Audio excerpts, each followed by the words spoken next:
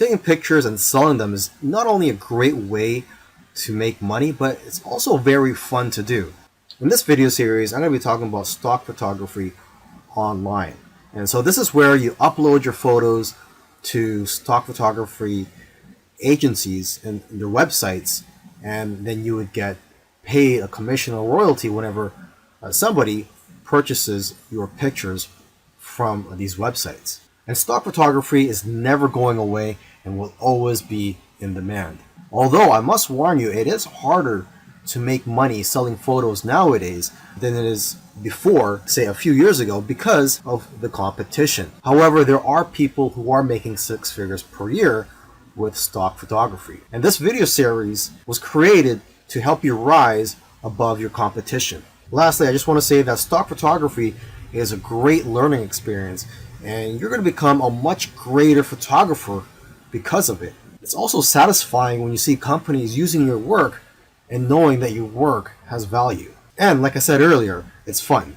Selling your photos on stock photography websites is great. However, there is a lot of competition and it is harder to make money nowadays than it is in the past. So one thing I like to tell people who are involved in stock photography, if they want to take their business to the next level, is to start their own website and just sell photos from your own website. And what I like about being in control, having your own website and selling your photos from your own website, is that you can collect the emails of your customers and people who visit your website. And basically, whenever you have new photos, you can notify your list of subscribers. You could also offer deals from time to time. You see, when you have an email list, you could just email them whenever you're in need of some cash flow. Now, what I recommend you do is, if you are going to start your own website, is to make your website focused on one niche. I know of somebody who made $4,000 in 1 month from his own site. Now, aside from just collecting emails from your customers, you could also collect emails from people who just visit your website. And to entice them to opt in, you can run a contest where if they enter their information, such as their email and their name, they'll be entered to win a photo or a print. Another great thing about building a list of subscribers is that you can build a relationship with your audience and that you're going to get repeat sales in the future. You see, when people buy your photos from stock photography websites, you don't collect their information. So it's not like you could tap their shoulder in the future and say, hey, would you like any of my other photos or my newest photos? This way, with your own website, you could just notify them, like I said earlier, whenever you have new photos or if you have a discount that you're offering. You should also sell prints of your photos from your own website to increase your revenues. Now, if you're scared to start your own website, there are several tools out there that make it very easy for you. And one tool that I highly recommend is called Shopify. One good feature of Shopify is that they will contact somebody who abandoned their shopping cart and they'll get reminded to purchase from you. And there's all types of themes available for you to use from Shopify. Now, once you have your site up and running, you could use Facebook ads to drive traffic to your site. Now that you've taken some pictures, where do you sell those pictures online? Well, the easiest way to find these sites is just to type in stock photos on Google, and you'll find plenty of stock photography websites where you can upload your photos. Now, let me just give you some of the top sites out there. Okay, there is Pond5, which pays 50% of the sale. Alami, which pays 40% royalty per photo. And there is one photographer that I know of who makes $100,000 per year from just this one website. Okay, and there is IEM, which pays 50%. A lot of photographers are having success with this site. And there is Getty, which pays 20 to 30%, but they do sell photos for a much higher price, between $300 to $500. Okay, and 123RF, this stock photo site, the way they work is that the more photos you upload, the higher the royalty percentage that they'll pay you. And there's iStock, which pays 15 to 45% depending on the photo, but they'll pay you a higher rate if your photos are exclusive to their site. And there's a Dreamstime, which has a very thorough approval process, but if you do get approved, they'll pay you 25 to 50% royalty and up to 60% if your photos are exclusive with their site. Plus, they'll even pay you an extra 20 cents per photo. And then one of the biggest stock photography websites out there is Shutterstock. They'll give you the most exposure because of their reach, huge customer base, and ability to advertise your photos. And there's Adobe, which will give you almost as much sales but higher sales amounts. And Adobe stock is integrated into the Adobe software. There's iStock Getty Images, which can also get you a lot of sales. Now, what I usually do advise to photographers is to stay away from some of the larger stock agencies such as Shutterstock, iStock, etc., because they're publicly held companies, and they're more interested in making their shareholders happy and not the individual contributors. They just don't have the incentive to help contributors grow and make more money. However, if you are a beginner, you may want to try out these larger stock agencies just to test out the waters and to gain experience at first. And then you could try out the smaller agencies such as Dreamstime, Stockfresh, etc. The advantage of working with these smaller agencies is that there's less competition for you as a contributor. But then again, everybody is different, so you have to figure out what works for you.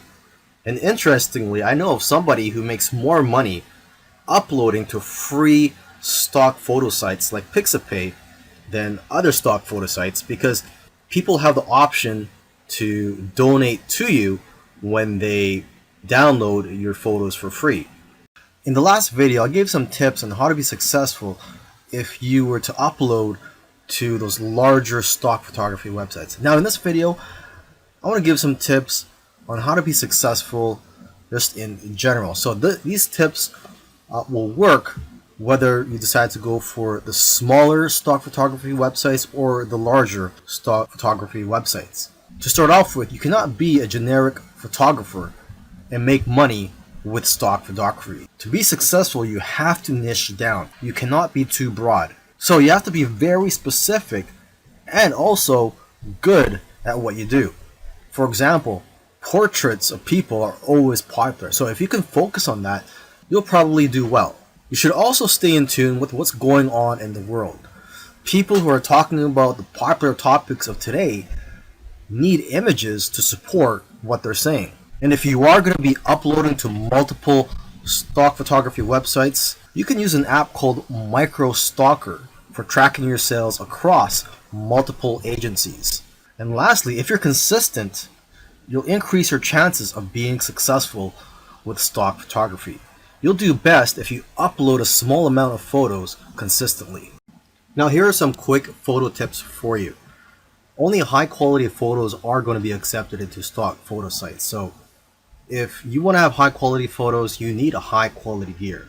So I highly recommend that you use a DSLR camera, and a plain 50mm lens is just fine.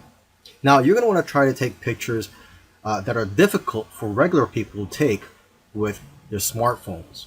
And if you are going to be using DSLR cameras, try modifying your shutter speed and try to play around with it. For example, you could try taking long exposure photos.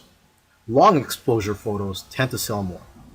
When you're taking these pictures, make sure that there's a concept behind the photo. You have to try to capture photos with intention, and also try to make your photos socially relevant.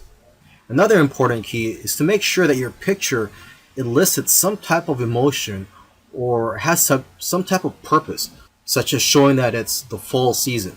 Now, photos that do well are in the niches related to food, health, beauty, fitness, money, and business. You also have to remember to leave some room for copy and text for the users to put on the photo. And you should know that photos are not going to be accepted if there are brands, names, or license plates in the background. And if you have models in your photos, they will have to sign a release form.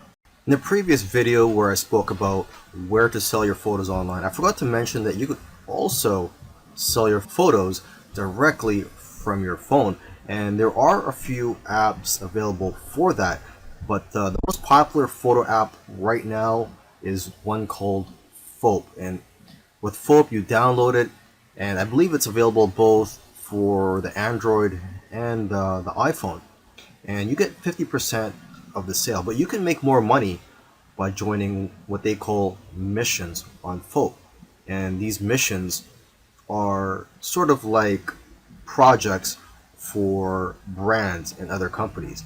And each mission, if you are to win these missions, they pay a prize for the winning people, and it usually starts at around $50, and usually it can be a lot higher. Okay, now if you want to have success with this app, you want to analyze the photos which have already been sold. So take a look at the sold tab in the explore section of the app.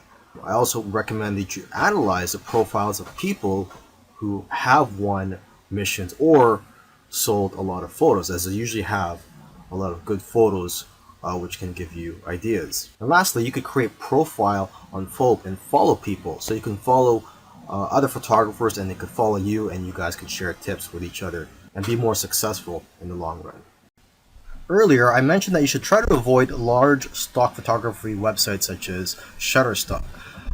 However, if you're new and you want to gain some experience, or for whatever reason, if you feel that large stock photography websites are for you, here are some keys to success. Obviously, these big sites have thousands of photos, and photos that have less saturation will sell the best. For example, pictures of cats, unless there's something unique about the picture, won't do as well as pictures of animals in the wild. Another example is pictures of iconic buildings such as the White House. These types of pictures won't do as well because there's already a lot of pictures of the White House out there. Now, however, if there's something unique such as an event or a protest happening around there, and you capture that on photo, then that picture will do a lot better. It's also important to use the right keywords. For example, if you're posting photos of flowers, you'll be more successful if you know the exact scientific name and the species of those flowers, and also the English name, where they're from, and other details. And from what I've seen, the best-selling images are the ones with themes such as Christmas, Halloween, Easter, etc. And new images usually sell better than old images, simply because old images tend to get buried in the search results.